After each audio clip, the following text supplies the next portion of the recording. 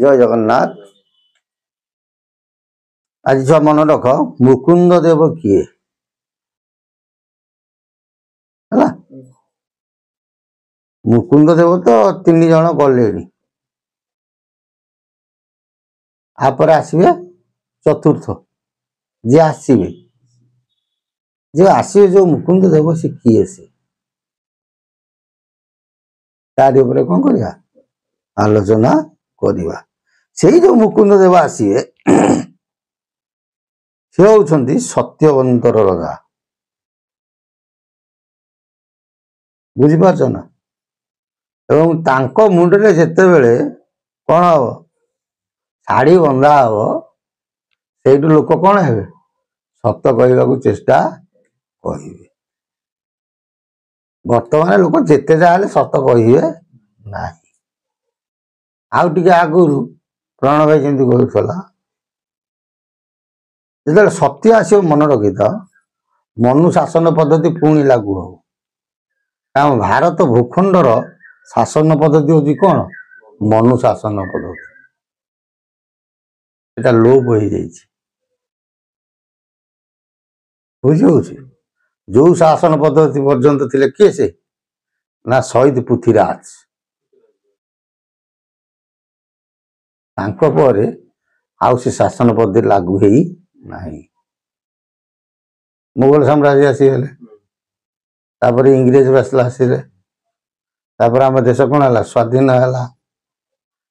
किंतु स्वाधीन है सत किंतु इंग्रेज संविधान टा लागू रहा। बर्तमान संशोधन हो सत किंतु से शासन पद्धति कौन इंग्रेज द्वारा बर्तमान परिचालित शासन आईन रे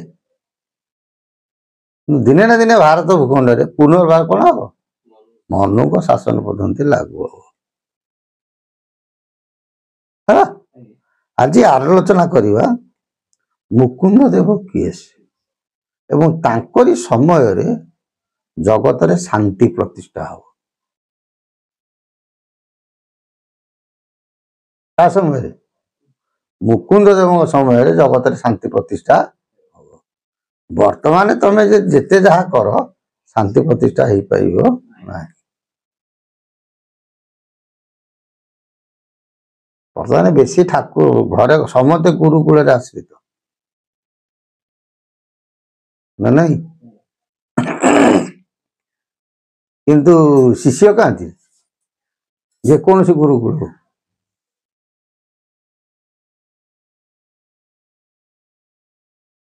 गोटे पुओ गोटे बापार जड़े पुओ अच्छी कहते अपुत्र कुपुत्र सुपुत्र कहते गुरुकुल 3टा शाखा रही शिष्य चेला बुझी हो पट शिष्य। गुरु मंत्र धारण कले समझे शिष्योत्तर हो पारे किंतु चेला ही पारे। गुरु को जी भक्ति भाव सहित गुरु का नीति नियम बाणी मानती कौन कहती चेला। बुझीपार ना बुझिपार ना चेलारू प्रमोशन पाइले हम कौन पट शिष्य। पट शिष्य हो जाती गुरु ना ना शिष्य ना। जगत गुरु ठाकुर अभिनव सुंदर मतरे गुरु शिष्य दिहे प्रलय काले कहीं रही मु जानी न पारे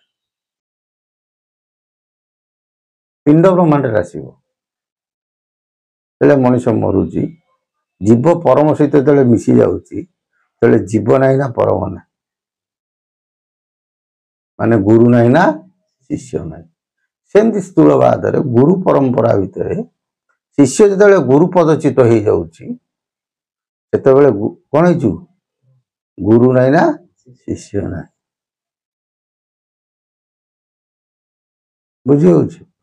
वर्तमान तुम देख पुले शिष्य थी जार ये कौन सी गुरुकुल हो आम देखू बहुत शिष्य गुरु को विरुद्ध रे गपंती आ बहुत शिष्य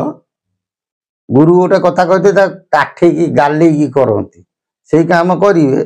विजय तोरी परी से काम करेंगे कुंठे कौन करेंगे करेंगे आ गोटे शिष्य अच्छा गुरु पाटर जो कथा बाहर आगु से समाज संपादन कर जमती पुओ मानकर स्तर रही शिष्य मानकर स्तर रही आज से परंपरा नहीं गोटे गुरुकुल गले किसी शिखला पर सी कह मुझे गोटे गुरु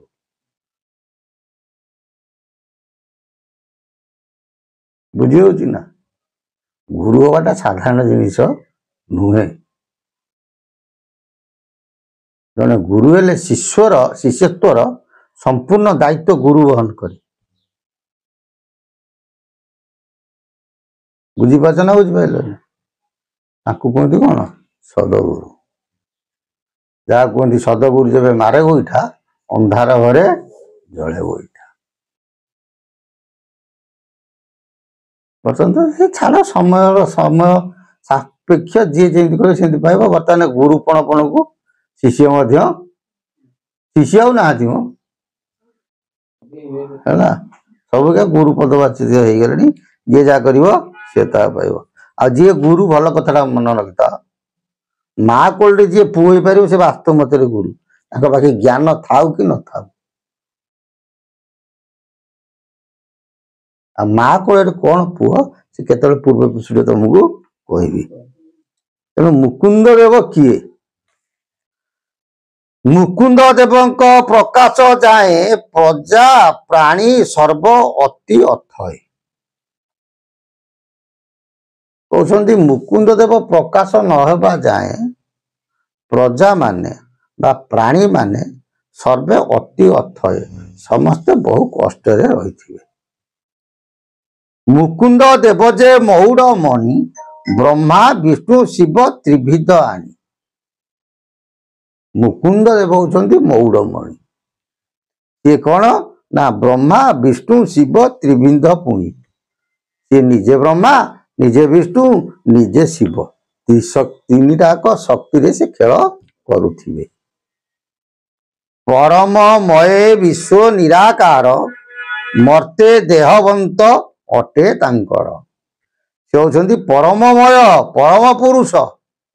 विश्व निराकार निर्गुण निराकार पुरुष से कौन मर्त्य आविर्भूत हे से दिने रजा हे जहाँ को भीम भाई कहते अनादि हे रजा एथर बुझिपार ना बुझिपार मर्त्य देहवंत हेब तांकर सी मर्त्य देहवंत जो खेला लीला परिप्रकाश करेंगे से कौन हे रजा हेला प्रजा कष्ट से कौन हम दुख दूरीभूत हम एकता मते कहब गोसाई स्वामी मुख शुणी प्रत्यय मु जाई हे प्रभु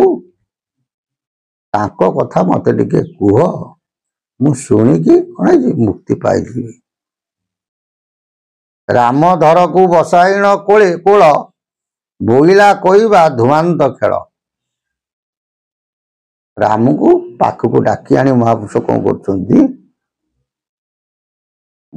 कहले हे राम तू मो पाख को आसे तते कहवा धुमांत खेल जो गहन खेल तांकर से विषय तते मु कहिबी कली जुग अंते सत्य प्रकाश साड़ी पाइण सत्य जे पुरुष कली जुगर अंते सी कौन हे साड़ी पाइबे सी हे सत्य पुरुष है सत्य पुरुष रजा न होला पर्यंत सत्य राइज कोठी हेलानी तेणु मुकुंद देव रजा हला परे प्रजांकर दुख कष्ट कौन हम विमोचन हम से समय खूब निकट आ बेसी दिन भी नहीं महापुरुष लिखिं कौ अंकरे केबे कौन हे मुकुंद देव रजा हे कथा लिखिं केतले पूर्व पिछड़े तुम कहबी जय जगन्नाथ से प्रभु सदिच्छा पूर्ण हो बोल आनंद कवा हरि बोल।